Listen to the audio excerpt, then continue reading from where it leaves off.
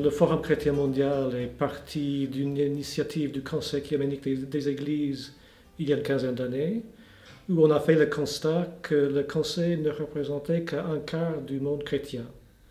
Il y avait la moitié qui est catholique, mais qui n'était pas membre du Conseil, et puis de jeunes églises évangéliques, pentecôtistes, indépendantes de par le monde, qui étaient en croissance, mais qui appartenaient non plus au Conseil œcuménique. Donc on a dit il nous faut une autre table, un espace où les responsables du monde entier chrétien peuvent se rencontrer, apprendre à se connaître et éventuellement un jour répondre ensemble aux défis communs à toutes les églises du monde. Une des pratiques du forum, c'est de ne pas imposer un ordre du jour trop établi, puisque l'idée c'est que les sujets et les échanges doivent venir du contexte et de l'intérieur. Et des problèmes dans ce lieu-là, ce qui sépare les chrétiens. Et ça varie d'un endroit à l'autre dans le monde. Mais aussi, chaque fois, il y a un moment dans nos rencontres où nous demandons à chaque participant de raconter son pèlerinage, sa marche avec Jésus-Christ, à la fois personnellement et de son Église.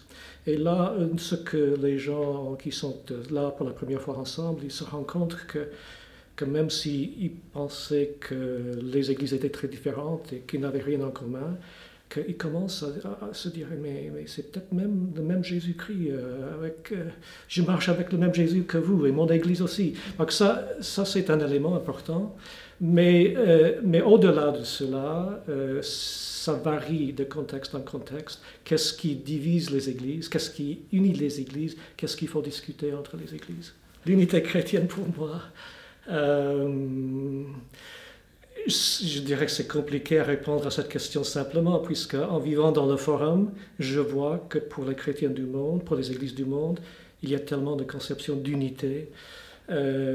Comment formuler une vision personnelle, mais pour moi, je dirais que ce qui m'inspire et ce qui m'oriente et ce qui me guide dans mon travail avec le forum, et peut-être personnellement, c'est surtout la vision de l'apôtre Paul dans l'épître aux Éphésiens, où dans les premiers versets, il y a cette vision cosmique de l'unité. Et dans le deuxième chapitre, nous voyons que les prémices de cette vision se réalisent dans l'Église quand il y a réconciliation entre ceux qui étaient ennemis avant.